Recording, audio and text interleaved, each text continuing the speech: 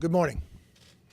As our nation continues to mourn and to try to heal from the tragic situation at Stoneman Douglas High School where 17 innocent children were murdered, we are learning more and more about the failures, the inaction, and the ignored warning that ultimately gave way to this horrific act.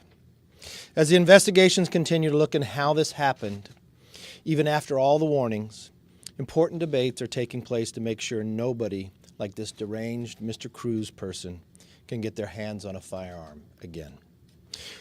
We recognize that includes strengthening our background check database.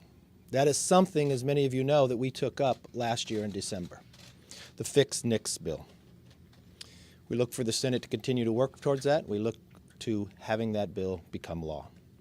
The bottom line is that every American wants safe communities, safe schools, safe from violence, safe from crime, and safe from drugs. These are all the priorities that we are committed to. Today, the House will also vote on legislation from Ann Wagner and Mimi Walters to stop online sex trafficking. This is legislation that we have been working on for more than 8 years. Currently, there are 105,000 children in America that are victims to sex trafficking. 70% of them are sold online.